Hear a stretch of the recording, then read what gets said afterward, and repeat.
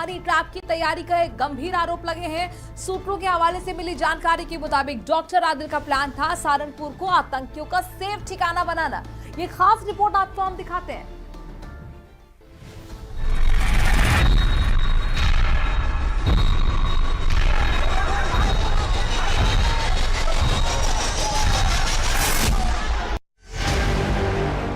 Delhi blast की जैसे जैसे जांच आगे बढ़ रही है, वैसे वैसे चौंकाने वाले खुलासे हो रहे हैं।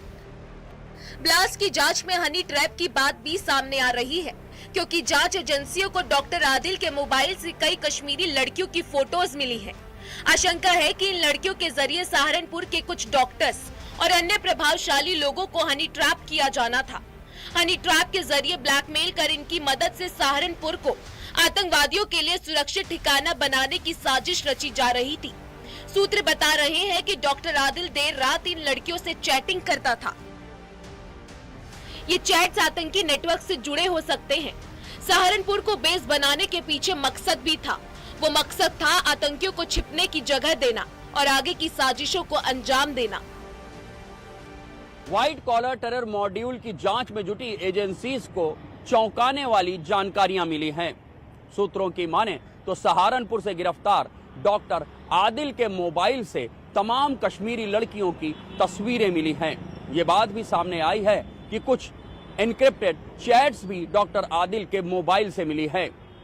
अक्सर रात के समय डॉक्टर आदिल लंबी लंबी चैट्स कर रहा था। अब एजेंसियों को आशंका है कि कहीं ऐसा तो नहीं है हनी ट्रैप के जरिए सहारनपुर के तमाम डॉक्टर्स और रसूखदार लोगों को फंसाने की साजिश हो रही थी। लेकिन ये तो सिर्फ एक हिस्सा है। दिल्ली ब्लास्ट में शामिल आतंकियों ने कानपुर से मोबाइल सिम खरीदे थे। कुछ 6 सिम कार्ड कानपुर से लिए गए, जबकि नेपाल से second hand mobile phone import किए गए। जांच में पता चला कि ब्लास्ट के लिए 7 मोबाइल और 17 सिम का इस्तेमाल हुआ है। चौंकाने वाली बात यह है कि सभी सिम फर्जी आईडी पर खरीदे गए थे। नई दिल्ली ब्लास्ट का कानपुर कनेक्शन सामने आ गया है। इस पूरे मामले की जांच में जुटी एजेंसीज को अहम सबूत हाथ लगे हैं। ये बात सामने आई है कि आरोपियों ने जो मोबाइल और सिम कार्ड इस्तेमाल किए, उनमें से 6 सिम कार्ड कानपुर से खरीदे गए थे। अभी तक की जांच में यह बात साफ हुई है कि पूरी वारदात को अंजाम देने के लिए 7 मोबाइल और 17 सिम कार्ड खरीदे गए। आतंकी इतने शातिर थे कि ट्रेसिंग से बचने के लिए सेकंड हैंड फोन और फेक आईडी का सहारा लिया। कानपुर से सिम खरीदा और नेपाल से फोन। ये नेटवर्क कितना बड़ा है, ये जांच से साफ हो रहा है। अब इस ब्लास्ट के तार कहीं न कहीं तुर्की और पाकिस्तान के बाद दुबई से भी जुड़ते नजर आ रहे हैं। दरअसल खुफिया एजेंसी को ये जानकारी मिली है कि ब्लास्ट से पहले सहारनपुर से गिरफ्तार डॉक्टर आदिल अहमद का भाई मुजफ्फर, जो करीब 2 महीने पहले दुबई गया था, इससे पहले उसके पाकिस्तान जाने की भी खबर है।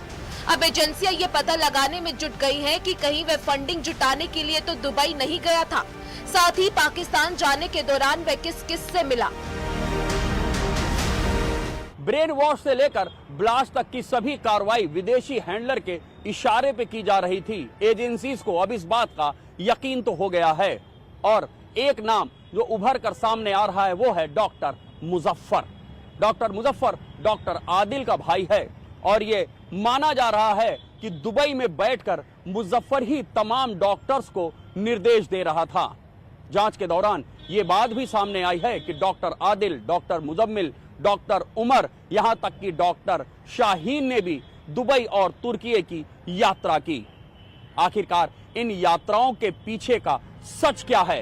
क्या इन्हीं यात्राओं में छिपा हुआ है आतंक का दिल दहलाने वाला खेल? अब एजेंसीज इसी कोड को डीकोड करने में जुटे हुई हैं। दिल्ली के रोहिणी में हुआ धमाका कोई इत्तेफाक नहीं, बल्कि एक सुनियोजित साजिश का हिस्सा था। सहारनपुर के कुछ डॉक्टर्स और वो लोग सुरक्षा एजेंसियों के रडार पे हैं, जो हनी ट्रैप के शिकार हो सकते थे। कश्मीरी कनेक्शन, फर्जी सिम, सेकंड हैंड फोन, ये सब आतंकी मॉड्यूल की कहानी बताने के लिए काफी है। इन सब के बीच क्या सहारनपुर आतंक का नया हब बनने वाला था, इसकी भी जांच जारी है। Bureau report.